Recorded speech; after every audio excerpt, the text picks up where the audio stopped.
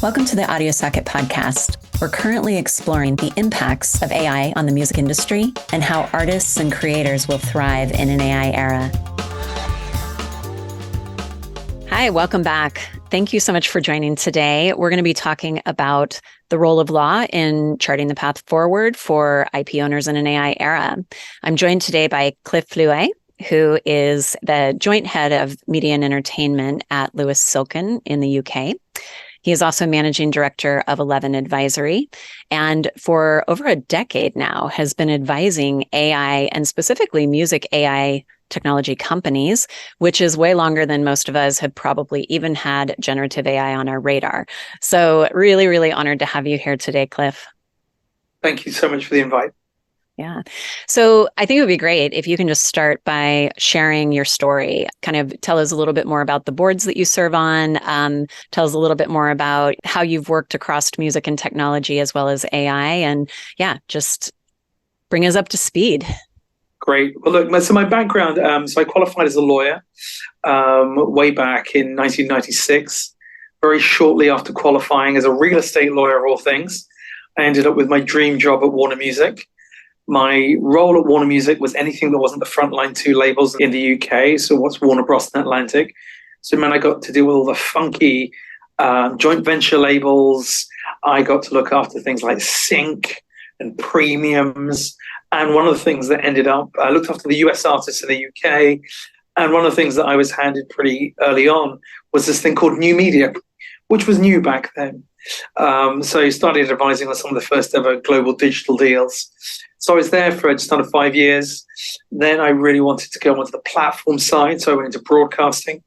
I ended up as general counsel and company secretary of Capital Radio PLC, now Global Radio, where I was very much about music in multi-channel, omni-channel, transmedia, where we did some of the first ever online narrowcast licensing deals, some of the online mobile deals, and taking brands plus music and monetizing them online across all of its brands. And then after a decade in-house, I did something really crazy, which was I went and joined a law firm, whereas I was trying to look for advisors to advise in digital media and brand entertainment. Couldn't find any. So I decided to set up my own practice at a law firm called Lewis Silkin, which is where I've been a partner ever since. And during that time, I'd advised most of the big mobile companies on their music, most of the big streaming companies, and I'm really interested in new business models around music. And the last bit of my journey was about a decade ago. I decided to set up an advisory firm in parallel to my legal work because I was really interested in three technologies. My business plan said I really wanted to focus on blockchain technologies, wanted to focus on immersive entertainment, and I wanted to focus on AI. And back at the end of 2013, I met a company called JukeDeck, who was one of the world's first generative music companies. And I worked with them until their exit, ultimately to ByteDance. And during that time, I've advised, over about 20 different AI and music companies. Some of the music generative, some of it adaptive, some of it video, a lot of it now voice and text and using it for royalties, et cetera, and where I'm a strategic advisor to a bunch of those businesses and dealing with the legal aspects as well. Amazing. Yeah. What a relevant conversation for today. So I'm not going to waste any time. I'm going to dig right in to what's going on right now today. Just as we've seen AI across this entire year, it's coming fast and furious. Yesterday, the Biden administration released their executive order on AI, and today the UK summit has brought together global leaders from around the world to talk about AI. I would love to hear your thoughts on just the activity of the past 2 days. Well, it's extraordinary. I have to say, having been working in the space, how inevitable it all was. And essentially, the music industry has become supercharged by AI. With the dawn of neural networks back in 2012, 2013, if you look at how businesses like Spotify have been super powered by algorithms in relation to Amazon, in relation to how we get our content on YouTube and businesses like TikTok, these have been algorithmically driven for a very long time. But what we now call generative AI, which is different from AI that generates music, but I'm sure more of that later, And the large language models built with machine learning and businesses like OpenAI and ChatGPT have really pushed this to the fore. And the levels of take-up have been nothing short of extraordinary. It took the telephone 35 years to hit 10 million users. It took the internet 7 years to reach that number. ChatGPT took 2 months to reach 100 million daily users this year. So this stuff is catapulting and happening. It's supercharged. And it's becoming embedded in our lives in the same way that language models and neural networks have. Every app, every Netflix feed, Google Maps, everything you've used today has been in some ways AI powered. But really, we're at the dawn of the kind of the AI age. I think my favorite quote, Eliezer Yudkowsky, the father of good AI, he's got a wonderful quote, which is, by far the most dangerous thing about AI is people conclude too early that they understand it. And the phrase AI, I mean, it's barely 50 years, it's about 70 years old. It's not that old as a term. It carries so many meanings. And really, we're starting to understand now the impact it's going to have on society, what it's going to have in relation to content, what it's going to have in relation to context industries. And the world is watching because there is a genuine understanding that this is much bigger than everyone thought, hoped, or feared. Yeah. So with the executive order that came out yesterday, does it drive confidence? What was your sort of instinctual reaction?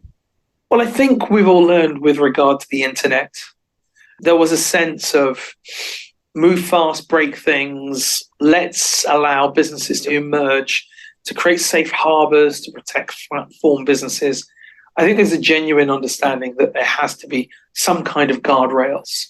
And, in most of society, from what, alcohol you drink to how you drive to, what you need a license for or what you need a permit for. There are so many areas of our lives that are highly regulated, whatever you think of it.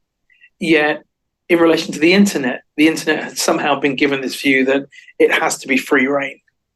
And now we've seen the worst excesses of what's happening on social media.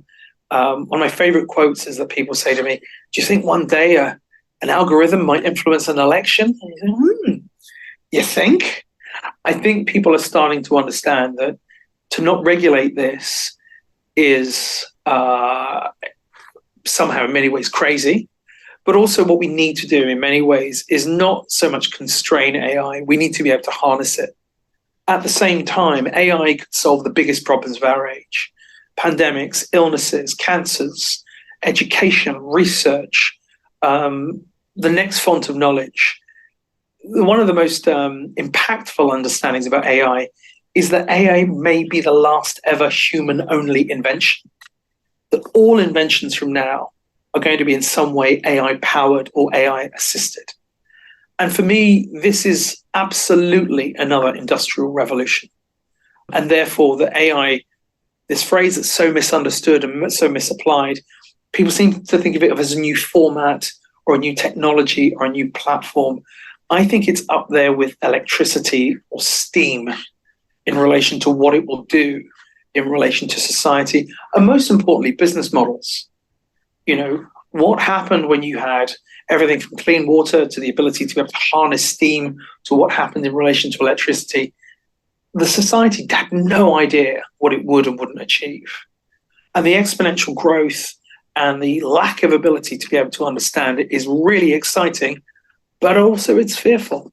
So I think that there's a reason that Oppenheimer was the biggest film of the year, I think there's a not so subtle morality play of what's going on with ourselves and our society.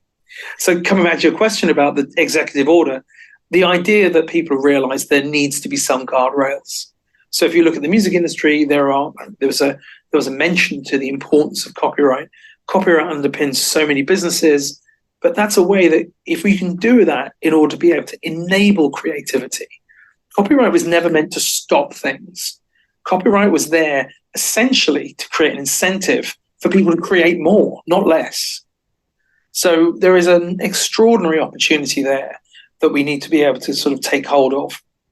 And what we also need to do is realize that AI is essentially a tool or a suite of tools. And you can do extremely positive things with tools. You can do extremely negative things with tools.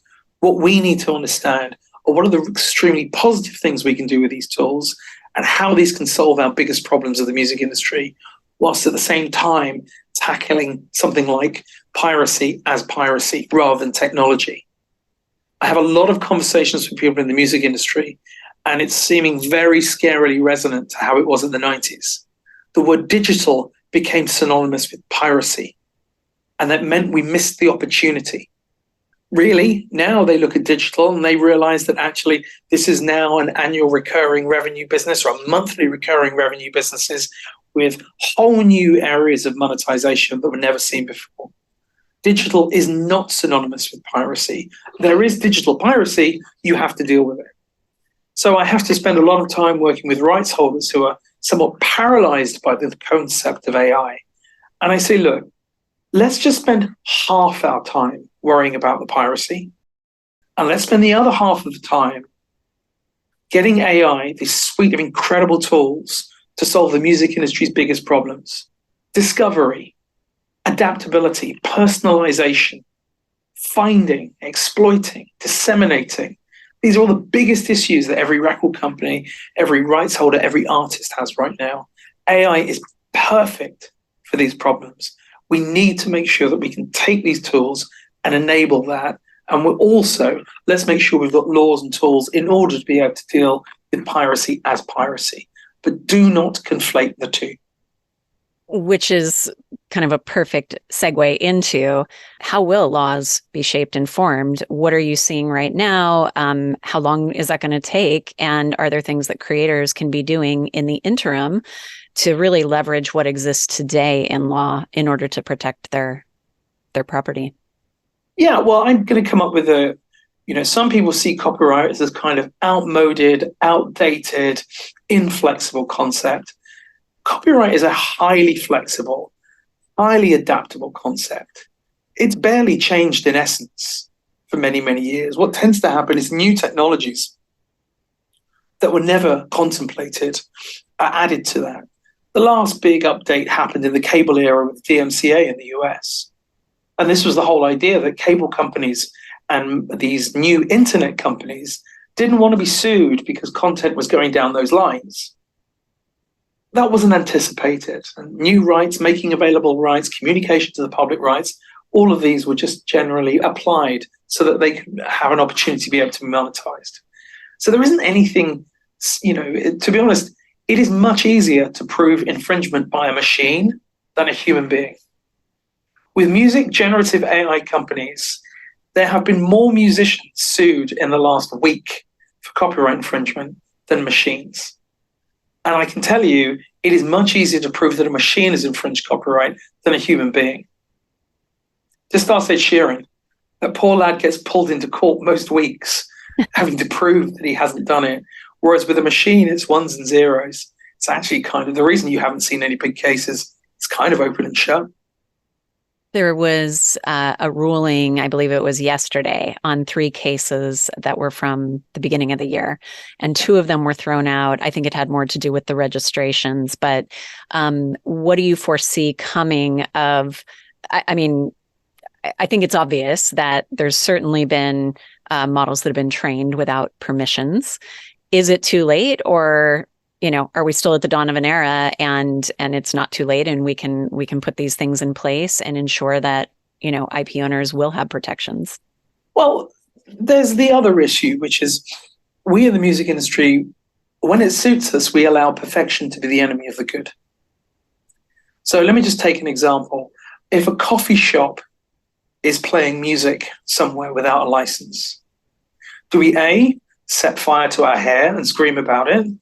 Or B, do we calmly offer them a license? It's B, right?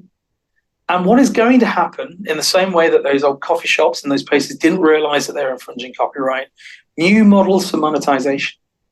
I was told point blank that YouTube would never be legal and never be legalized. The answer is always licensing, Jen. And also, I can think of a dozen I could reel off. I won't, but I could. read off a dozen licensing gaps in music where we make no money. And I cannot think of a time where more licensing hasn't led to more money. So what do you see as the licensing models for IP owners going forward? What to you seems to be the right path for equitable and long-term revenue streams? Well, I think we're seeing it. So, for example, let's look at the AI Grimes voice example, which I think is a really good example. So essentially, Grimes has said, you can take my voice, you can use it on your stuff, I want to get paid. It's a very, very good example of her licensing a right that she owns, allowing third parties to do it, and being able to do it. It's just like sampling. So, there's lots of people, you can't have multiple people owning a piece of musical.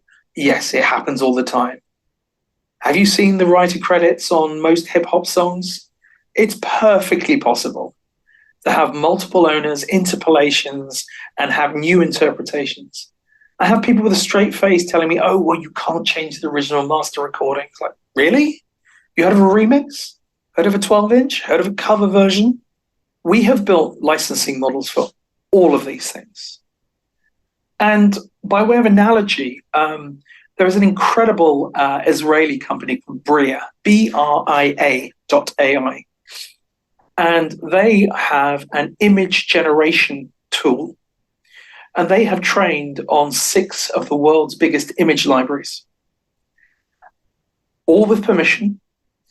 And they have a pixel to royalty model.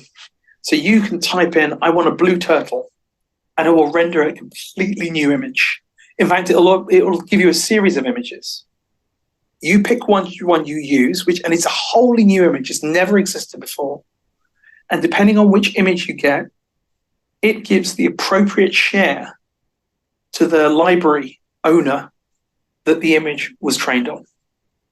That's amazing. And actually, completely relevant to my next question, which is, who are the companies that you see already doing these things? Like, where do you see these models working and in play today? Well, I think we're going to start seeing them in areas of text. I think we're going to see them in relation to imagery. And the reason for those is that there tends to be one rights owner. With regard to music, as you know, we have multiple stakeholders. And there's a whole new stakeholder that hasn't really existed before. Well, they have. But you've got the composition, the underlying composition. You have the master recording owner. And sometimes it's the voice or even just the image where it hasn't been done, or they've got someone to do a sound alike, and you're dealing essentially with a personality right. So this is a great new opportunity for artists, impressionists, et cetera, all these people, in order to be able to make money going forward. We need to build robust and fair licensing models to make sure that the right people get paid. Once we do, we will unleash a whole new area of monetization for our industry. What do you see as the areas that are going to suffer the most? And because obviously jobs will be lost and then other jobs will be created. Where do you think the biggest kind of cut will be for musicians and revenues that exist today? And where do you see the greatest opportunities? Yeah, I need to be careful here because I don't want to sound either blasé or non-alive to those concerns. Without wishing to personalize it, my father was a tailor. And when he arrived in the UK in 1966, every human being had their suit made by a human being. 20 years later, machinery, globalization, changing consumer habits, he's gone. He's gone. And the same is true in relation to a whole series of artisanal, manual work. And what happens, my favorite quote about AI and jobs, there's a chap called James Manieka, who's the SVP of technology at Google, who says, jobs lost, jobs gained, jobs changed. All 3 things will happen. So if you are talking about what jobs do I think will be changed and or lost, it will be people doing essentially manual stuff, editing, reversions, recutting. auditioning, demos. And to be honest, the real question will be, how do we change our whole model from a time plus model to a value-based model, which is a model that many industries and many professionals have had to do. I always say to musicians who tell me, oh, it's the end, I said, look, it's the lawyers you want to feel sorry for. If you look at what lawyers do all day, proofreading, drafting, amending, due diligence, discovery, disclosure, machines are going to do all of that. It is not going to be the end of lawyers. It is going to be the change to our business model. And that is going to be the issue for people in production and cutting and putting things around. You know, I act with companies who they do dubbing services, they do voiceover services, they do subtitling. All of this stuff will be automated. And I always say that one of my first jobs as a trainee lawyer was pagination. You may not know what that is, but that is when you get a bundle and you literally mark up every page manually. And it's usually wrong because you missed a page on one of them, et cetera, et cetera. Do you want to be paying a professional, qualified solicitor doing that? I don't think so. I don't think so. Do you want someone who studied at Royal College of Music or Technical College or ACM, just cutting and recutting, auditioning over and over again? Actually, we really, and it's most utopian, we need to take these manual time-based tasks and transfer it into what is valuable. What is valuable for your client? What is valuable for your company? And I think that once we find those new value models, we will find it is about a reallocation of revenue rather than a removal. So with all of this, which is amazing background and information and food for thought, what would you say is the most critical role that law is going to play in really shaping IP owners' place in an AI era? Well, for me, because we know it's behind, and it's very difficult for law to keep up under normal circumstances. But when we're talking about something that's shape-shifting on a daily basis, what will law's critical role be? I haven't seen many examples of the law stopping technology. Law is really good at stopping criminal activity. Law is good in terms of shaping it, in terms of creating it and regulating it. So if you see a law like GDPR, has had a global effect in terms of how people handle data, which is a form of IP. But it hasn't stopped data transfers. It didn't stop people transferring it. It just meant the most egregious elements of it couldn't work. Really, I think the lawyers of the future that are going to be helpful are going to be the ones that build the models in order for us to get paid. Mm-hmm. For us to be able to recognize these rights and make sure that we get paid. We, as a music industry, our customer base, it's not going to be a case of counting sales of CDs or even counting streams. We're going to be a world of micro-licensing, of new social media, what used to be called the metaverse, what happened in relation to mobile. The music has become more atomized. We are going to need technologies like AI. One, to make sure we get paid. Two, to underpin the licenses that mean for those micro versions of it that we can get paid. I remember in 1997, as a young lawyer at Warner Music, seeing a guy on a panel who really scared the hell out of me. And there's a guy called Scott Cohen. And he had founded a business called The Orchard. And he said, I'm doing this online music, and one day music will be like water. It will be everywhere. And people won't count. And I just sat there frozen. Scott has become a very dear friend of mine and a genuine vanguard as to how it would be. And everyone was terrified by his words, myself included. I realized he wasn't a kind of Cassandra warning us. He was a trailblazer. He was a soothsayer. And actually what he wanted to do was build a legitimate digital music platform, which of course now is The Orchard, which is probably one of the fastest growing areas of Sony Music right now. Still, all these decades on. So we've got to understand what the next level of micro uses, what are going to be these digital uses? What are all the uses of music that we get right now where we're getting paid nothing? I think it is going to be a solution that looks not unlike a whole bunch of algorithms that are going to do the counts, that are going to be able to do the splits, that are going to get us paid in this particular era. Yeah. And this idea of cue sheets or hope that happens in public performance needs to stop. And if we were actually out there collecting and counting the usages of today, we will be in a really good position to capture all the uses for tomorrow. If we try and other this technology, if we try and shut it down, if we try and control it, or essentially kind of other it, it will not work. So to come back to your original point, I am pleased that people are engaging with AI.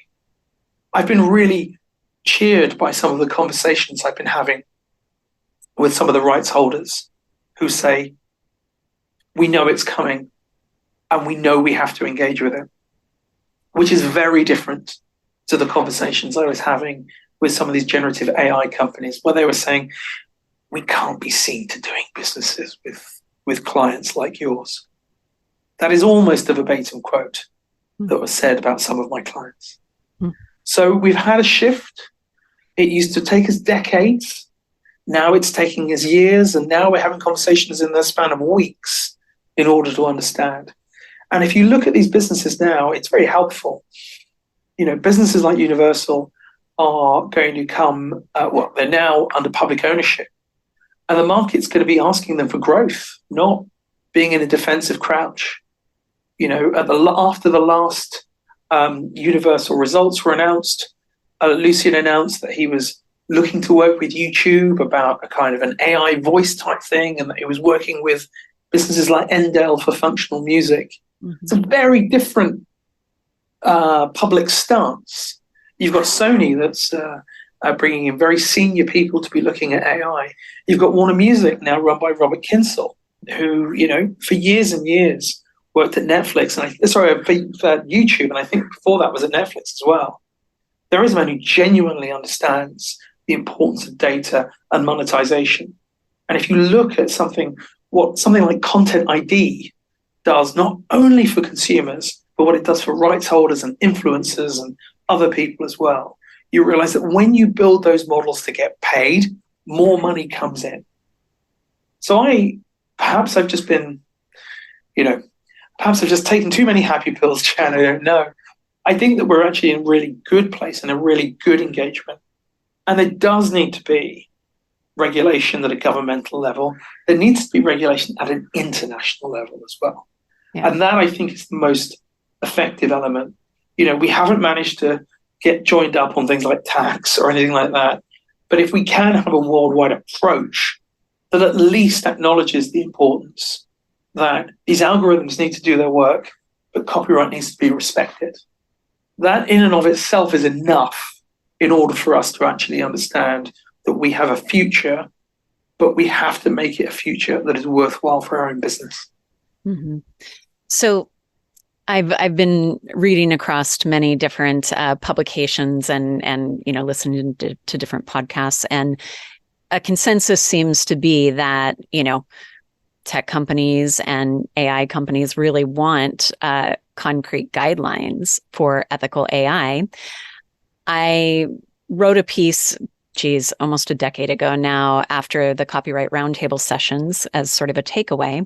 And what I was saying is, I feel like often technologies are born out of lawsuits. So across history, the creatives tend to have technologies built for them by the people that they were suing because they've not necessarily had the unification or the tech prowess to get things done themselves and to innovate for themselves. My feeling is, by all of these tech companies saying a concrete set of guidelines, that is the opportunity for creatives to look at history and change it. And so that's part of the reason for this series is to really say, listen, creatives, let's actually not only just be part of the narrative, they're begging us to control the narrative to some degree and really write the narrative.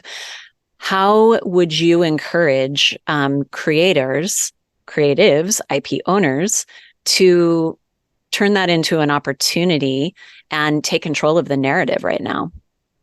I think you've reached an interesting point, and I have an and, but not a but to what you've said, is that there is often this kind of, and I would say it's a false distinction between creatives and technology companies, or that, I think we have a very strange relationship with technology as the music industry. We are a child of technology. There was no chicken on egg. The recorded music company, it wasn't founded by Beethoven or Mozart. It was Edison, right? All of the companies, RCA Victor, Parlophone, and Columbia, these were technology companies. We are all born of technology. I was at a conference the other day for composers, and a producer came up to me and said, I don't like this music tech stuff. I said, dude, you go into a room that looks like the Starship Enterprise. And I have had long and in-depth conversations with people explaining that a piano is music tech. No. It's a machine. Have you ever looked at one of those things? One of the most complicated machines I've ever seen. So and these technology companies, they are rights holders. They hold trademarks. They hold patents. They have built businesses around music. They too don't want to get ripped off. If there's a text and data mining restriction that means you can crawl over any patent and reverse engineer it with AI, these technology companies are finished. So this idea that we're on two sides of the table in and of itself is something that we need to address. There is a level of codependence. The majority of companies that are seen as pirates, the first time I met the guys from Napster, they came seeking a license. They didn't come to be told off. They came seeking a license. And a lot of these businesses where they sort of, beg forgiveness rather than permission, it's because there was no license to get. There was no license for YouTube. There was no license for Facebook. There was no license for Twitter. Now, the question we have to ask ourselves is, what if there was? And that is the conversation we have to have right now. Yeah. We're having these AI generative works, these AI adaptive works. We're having these voice adaptive works. And just to be clear, the kids aren't going to unlearn that. Whatever you hope, that is not going to happen. So the real question is going to be, how do we create the opportunity to be able to create value together? Mm-hmm. When these technologies, as you said, and you're right, it is lawsuits that often bring people to the table. But often as well, what brings people to the table are governments saying to an industry, guys, if you don't come up with a license, we'll impose one. Right. Yeah. And that is the other danger that our industry needs to avoid. There is a big difference between blanket licensing and statutory licensing. When I say the word blanket license, people go, ooh, can't have that. Cover versions, radio. Dude, how do you think these things work? So we need to step out of this, us and them, black hat, white hat, technology, creative, blah, blah, blah. We are utterly codependent. Yeah, agreed. Well, anything you want to leave us with today? Any kind of nuggets, any critical questions you think we should be considering? Well, I think you've asked some wonderful batch of questions. I think really the question for all of the rights holders is actually, these are some of the most extraordinary technologies ever. There's a real danger when people talk about blockchain or metaverse or, a hype cycle and, 4G or whatever, and people thinking it's all overblown. Do not confuse AI with that. AI is going to change so much. Yeah. The real question is going to be, how do we solve our biggest problems? And it's going to be the right people and the right lawyers that are going to help get it there. Thank you for joining us for this episode of the Audiosocket Podcast. Stay tuned for more episodes and more guest speakers.